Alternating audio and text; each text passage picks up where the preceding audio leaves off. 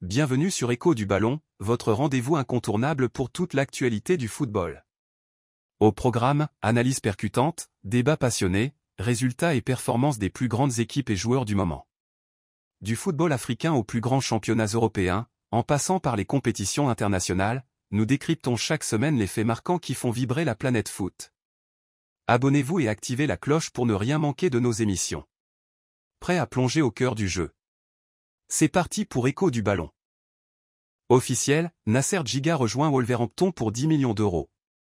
Le défenseur burkinabé Nasser Djiga s'engage avec Wolverhampton pour un montant de 10 millions d'euros. En quête d'un renfort défensif avant la clôture du mercato, les Wolves avaient initialement ciblé Kevin Danso, finalement parti à Tottenham. L'Étoile rouge de Belgrade a accepté la dernière offre du club anglais, permettant à Djiga de découvrir la Premier League. Il aura pour mission d'aider les Wolves à lutter contre la relégation et formera une charnière centrale solide aux côtés de l'Ivoirien Agbadou. Officiel, Cher N'Dour rejoint la Fiorentina. Comme annoncé, Cher N'Dour s'engage avec la Fiorentina.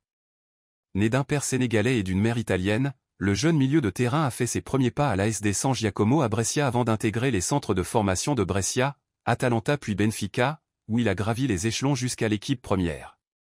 Après un passage au Paris Saint-Germain, où il a fait ses débuts en pro, N'Dour a été prêté successivement au Sporting Braga et à Beşiktaş, disputant 22 matchs en 6 mois en Turquie.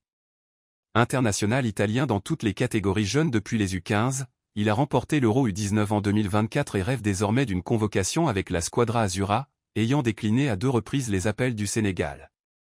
La Fiorentina a trouvé un accord avec le PSG pour un montant de 5 millions d'euros, avec 50% sur une future revente en faveur du club parisien. Officiel, Tidiane Gomis rejoint Leipzig jusqu'en 2029. Le RB Leipzig continue d'animer le mercato en s'attachant les services de Tidiane Diadi Stéphane Gomis. L'ailier sénégalais de 18 ans, en provenance du SM Caen, s'engage jusqu'au 30 juin 2029 pour un montant des 1 million d'euros. Né à Meulan le 8 août 2006, Gomis est un attaquant percutant qui compte déjà 39 matchs en professionnel, dont 22 cette saison, avec 2 buts et 2 passes décisives à son actif. Il portera le numéro 27 sous les couleurs de Leipzig et représente un pari prometteur pour l'avenir du club allemand.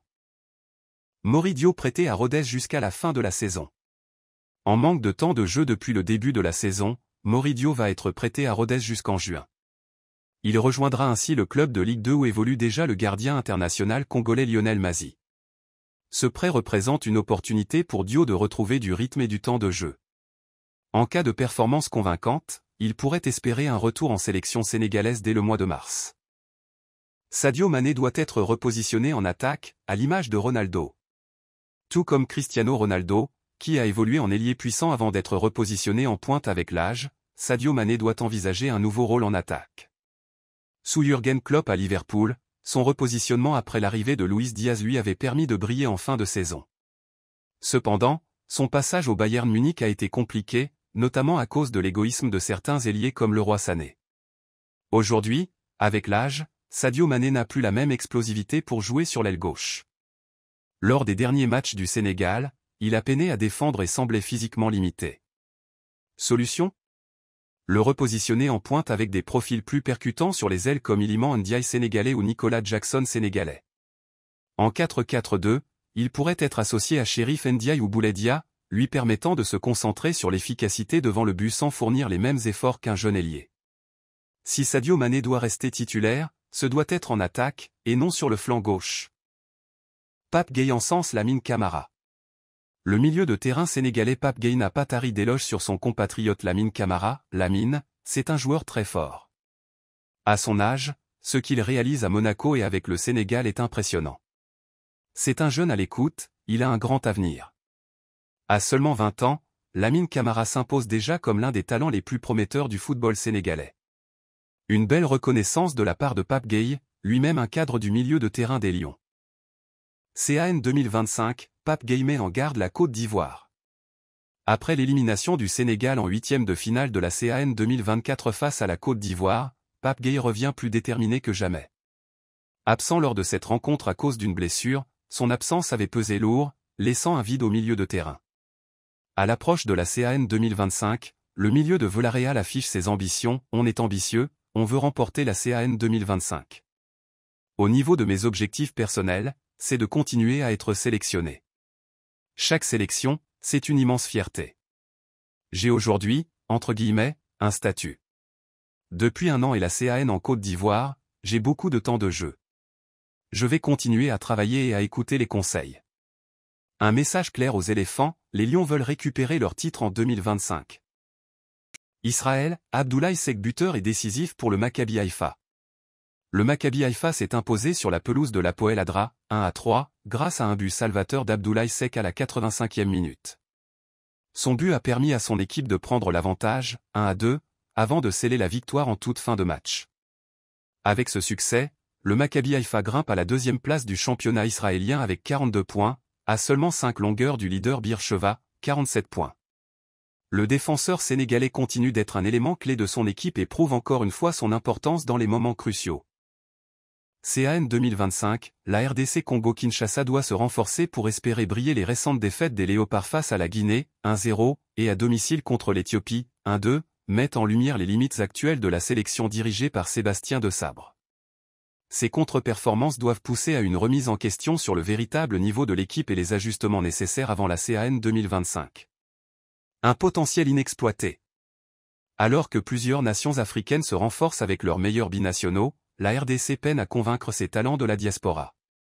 Pourtant, plusieurs joueurs évoluant dans les grands championnats européens pourraient considérablement élever le niveau de l'équipe, Aaron Wan-Bissaka, West Ham, Pierre Kalulu, Juventus, Stephy Mavididi, Leicester City, Arnaud Kalimuendo, Rennes, Jean-Philippe Mateta, Crystal Palace. Avec une telle base de joueurs, la RDC pourrait se hisser parmi les grands prétendants de la CAN. Pourquoi autant de réticences?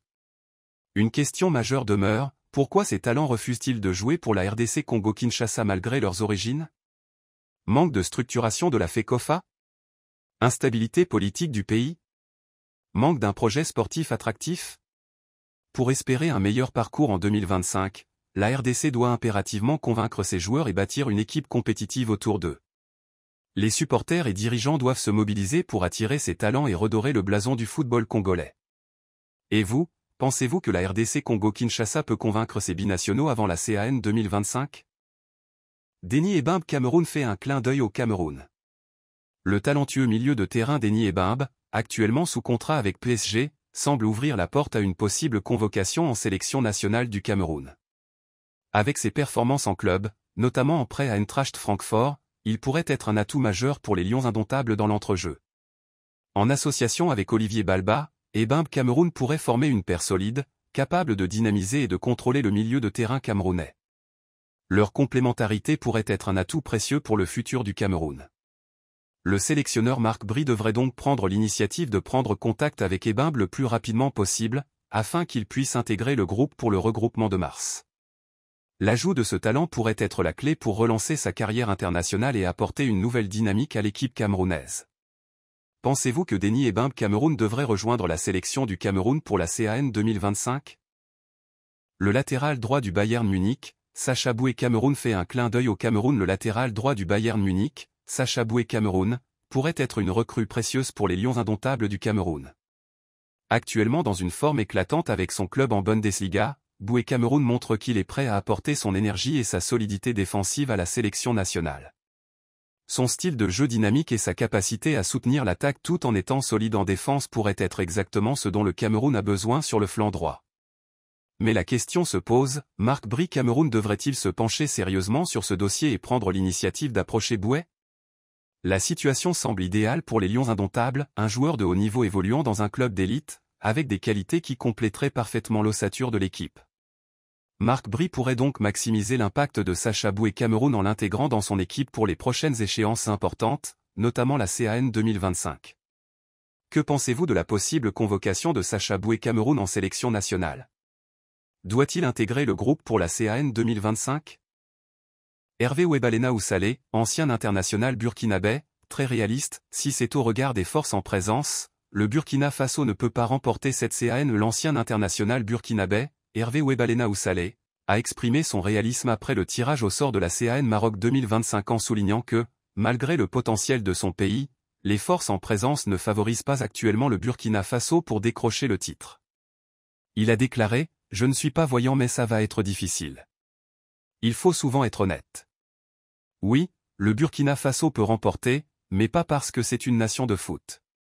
Le Burkina Faso peut remporter la Coupe d'Afrique des Nations, mais peut-être avec le cœur.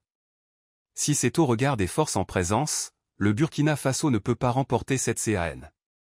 Les propos de Oussalé Burkina Faso montrent une prise de conscience des défis qui attendent le Burkina Faso face à des équipes très compétitives. Néanmoins, l'ancien joueur garde espoir, en soulignant que l'esprit combatif et la détermination pourraient jouer un rôle majeur dans la quête du titre. Il reste que, sur le papier, le pays devra surmonter des adversaires de poids pour espérer décrocher le trophée. Que pensez-vous de l'analyse d'Hervé Webalena Oussalé? Peut-on vraiment compter sur le cœur pour aller loin dans cette CAN? À travers les divers articles de ce journal, il est clair que les équipes africaines se préparent intensément pour la CAN 2025, avec une attention particulière portée à l'évolution des joueurs et à l'alignement des meilleures forces possibles. Des talents montants comme Tidiam Gomis et Sacha Boué offrent de nouvelles perspectives pour leurs équipes respectives, tandis que les appels à renforcer des sélections comme la RDC et le Burkina Faso montrent l'importance de l'exploitation du potentiel de la diaspora pour atteindre les sommets.